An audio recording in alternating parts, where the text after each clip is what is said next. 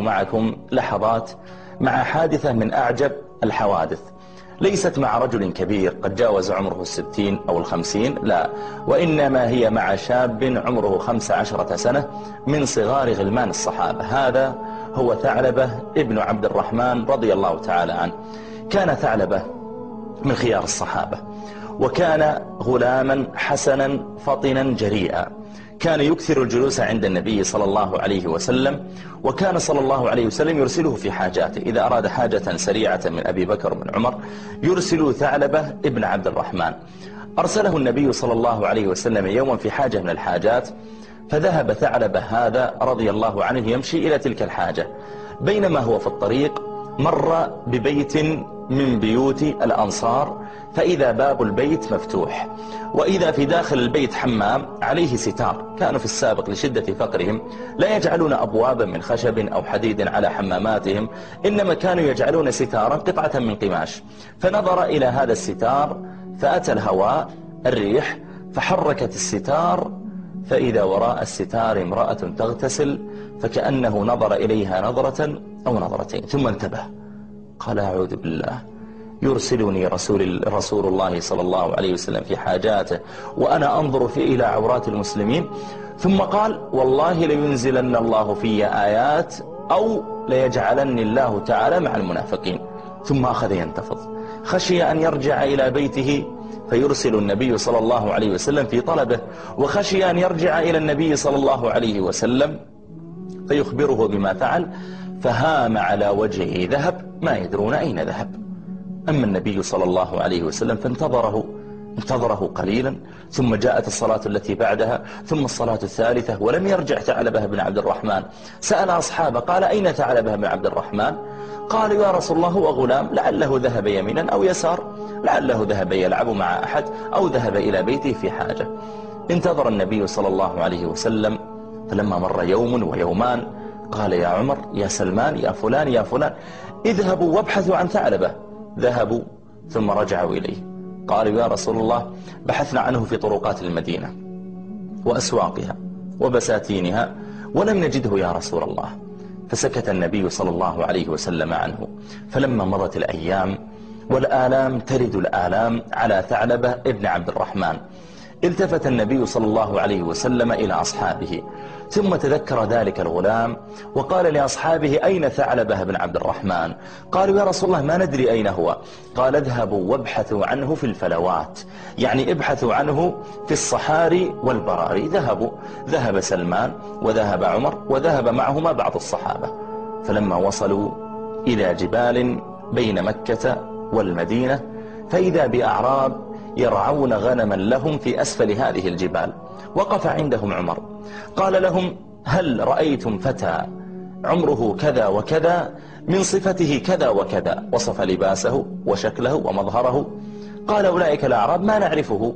ثم قال واحد من أولئك الأعراب لعلك تعني الفتى البكاء. قال عمر بكاء؟ ما أدري أي فتى بكاء، لكننا فقدنا فتى من صفته كذا وكذا، لكن ما خبر هذا الفتى البكاء؟ فقال ذلك الأعرابي إن في سفح هذا الجبل شاب منذ 40 يوما لا نسمع إلا بكاءه وعويله. قال عمر فأين هو؟ قال في الجبل. قال كيف السبيل إليه؟ فقال الأعرابي إنه إذا غربت الشمس نزل إلينا فأقبل علينا، فحلبنا له مذقة لبن من دوابنا من شاة أو من ناقة. قال ثم يشرب اللبن يخلطه بدمعه من شدة البكاء، ثم يضعه ثم يولين ظهره ويصعد الجبل ولا نراه إلا من غد. فاختبأ عمر وراء صخرة هو وسلمان. فلما غربت الشمس فإذا بثعلبة ابن عبد الرحمن ينزل يجر خطاه تجري دموعه على عينيه كأنه فرخ منتوف بال من شدة البكاء. أقبل إلى أولئك الأعراب، فلما جاء إليهم حلبوا له مذقة لبن، فرفع اللبن إلى فيه وشرب، ثم بكى ووضع اللبن، ثم ولاهم ظهره ليمضي إلى الجبل. فخرج إليه عمر وابتدره سلمان وأمسكوا به. قال ما تريدون؟ قالوا إن رسول الله صلى الله عليه وسلم أرسل يطلبك. قال أنزل الله في آيات؟ قالوا ما ندري. قال ذكرني الله مع المنافقين؟ قالوا ما ندري، لكن رسول الله صلى الله عليه وسلم أرسل يطلبك ويريدك. قال يا قوم دعوني أموت في سفح هذا الجبل ولا تفضحوني بفعلي. قالوا والله لا نتركك. فتمنع عليهم قليلا فحملوه فأقبلوا به إلى المدينة، فاشتد بكاؤه، فذهبوا به إلى بيته وأضجعوه على فراشه. ثم مضى عمر إلى النبي صلى الله عليه وسلم قال يا رسول الله قد وجدنا ثعلبة بن عبد الرحمن في سفح جبل بين مكة والمدينة وهو في بيته، إن شئت أن تأتي إليه يا رسول الله فافعل. فأقبل النبي صلى الله عليه وسلم إليه، فلما دخل بكى ثعلبة والتفت إلى النبي صلى الله عليه وسلم ثم خفض رأسه. فأقبل صلى الله عليه وسلم حتى جلس عنده، ثم حمل رأسه ووضعه على فخذه الشريف صلى الله عليه وسلم، فبكى ثعلبة.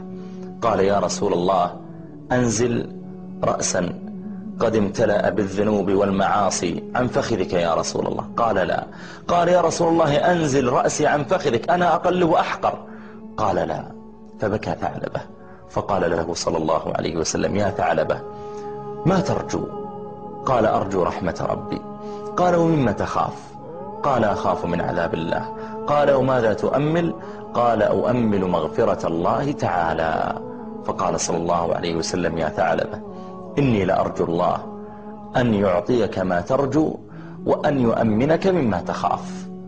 ثم قال ثعلبة يا رسول الله إني أشعر بدبيب كدبيب النمل، كأن نملا يمشي بين جلدي وعظمي. فقال صلى الله عليه وسلم أو تجد ذلك؟ أنت تشعر بهذا فعلا؟ قال نعم يا رسول الله. فقال صلى الله عليه وسلم ذاك الموت قد نزل بك فتشهد.